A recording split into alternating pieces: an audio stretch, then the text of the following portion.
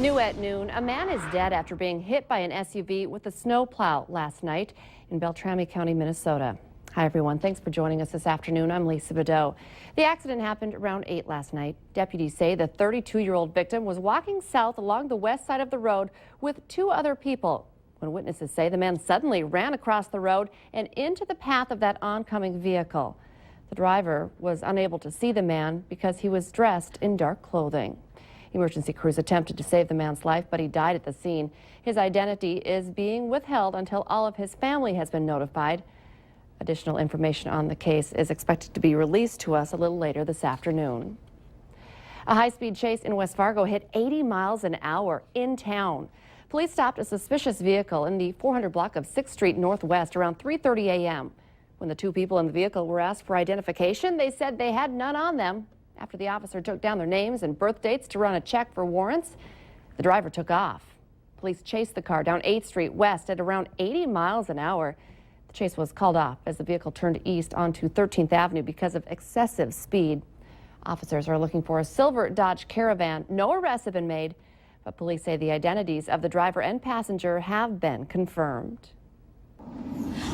New information on an officer-involved shooting this morning in the city of Blaine, Minnesota. A man says he was letting his dogs out when a large man approached him and asked him to call police. After that, an intruder kicked the man's door open and threatened him with a knife. The man's wife called police, and when they arrived, told the intruder to drop the knives he was carrying. The suspect then lunged forward, and officers shot him with a stun gun and a revolver. No officers were hurt. The suspect's condition is unknown at this time. This is the third officer-involved shooting in the Twin Cities just this month. The sun is trying to peek out. It's at least partly sunny out there. Let's check in with meteorologist Mick Kerr to see what we can expect for this Thursday afternoon. All right, Lisa, we expect a continued warming. We're well into the mid, going to the upper 20s. Shortly, we'll see some low 30s today, maybe even some mid 30s. We also have a little bit of freezing precipitation from the northeast corner of North Dakota, from Cavalier down to Fordville, Lankin, over to west of Grafton, between Grafton and Park River along Highway 12 there, and then in western parts of Stutzman County, Kidder County, in the Steele, Tappan, Tuttle area, and all of this sliding slowly eastward. Going to be with us here much of the afternoon, threatening us with a little bit of light rain or freezing drizzle right on into the evening, possibly into the overnight hours. 18 to 23 mile an hour south wind is gusting over 30 miles an hour along Highway 2. There's your midday temperatures. Coming back here in a few minutes and show you an hour-by-hour forecast for that rain or freezing rain could make roads slippery this afternoon. Watch out for that. Okay, thank you, Mick. Shanley High School students will be front and center today at the annual March for Life in Washington, D.C. They're carrying the lead banner for the rally, and senior Julia Johnson will be speaking at the rally. Pro-life event is on the anniversary of Roe v. Wade's decision to legalize abortion. Nearly every Shanley student is making the trip this year. More than 800 different donors helped the students raise $115,000 to cover the cost. A small-town police chief is considering a new policy to handle explosives after 2 arrests over the weekend.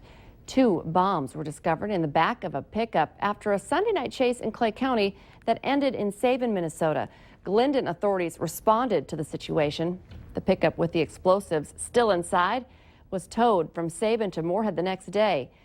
Someone gave us a call on our whistleblower hotline saying, hey, that could have put the public at risk. Is it completely out of the realm? No. Is it, probably the first time I've heard around here? Yeah. But I'm not saying it was potentially wrong, because we sure wouldn't want the officers taking those items and having them roll around the trunk of their squad car either. The bomb squad safely detonated the bombs on Tuesday. Police said the explosions were small. The Glendon police chief, whose team responded to this chase, says he would like to see an explosives policy put into place since his city does not have one. And of course, that was a problem when all of this unfolded.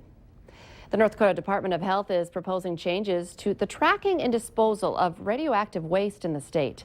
Tonight is your chance to hear that proposal and voice your concerns. The Department of Health wants to be able to dispose of waste in the state rather than having to pay to get it shipped elsewhere. Rule changes are set to go into effect later this month, but as you can imagine, many have environmental concerns about radioactive waste. Now, it's all being laid out tonight at the Fargo Public Safety Building. That's on 15th Avenue North. The informational meeting starts at 5:30 and the comment period begins at 7. The public comment period goes through February 6th. North Dakota Republican John Hoeven and Democratic colleague from West Virginia are holding a joint news conference a little later today on the controversial Keystone XL pipeline. They'll be joined by Canadian Ambassador Gary Dewar. The Keystone XL pipeline would bring crude oil from the tar sands of Canada through the U.S. to the Gulf of Mexico. NDSU is looking at paying its athletes a cost of attendance stipend approved by the NCAA. Athletic Director Matt Larson was a guest on KFGO's Mike McFeely show yesterday and said the landmark decision last week might trickle down to North Dakota State. Schools from the Power 5 Division I conferences have voted overwhelmingly to pay athletes costs related to attending school as part of full athletic scholarships. The money would cover travel expenses, academic supplies, or off-campus meals. The change will go into effect August 1st. Students looking to get a jump on securing that summer job can now apply for one of more than 1,600 seasonal positions at Valley Fair. Be a fun place to work for the summer. The Upper Midwest's largest amusement park is accepting applications for the 2015 season, which begins May 15th. Many positions are available. Applicants 16 years of age and older can apply online at valleyfair.com/jobs. Remember to like Valley News Live on Facebook to follow the latest news, weather, and breaking news updates anytime on your feed. Just search Valley News Live, like our page, and you'll stay informed all day.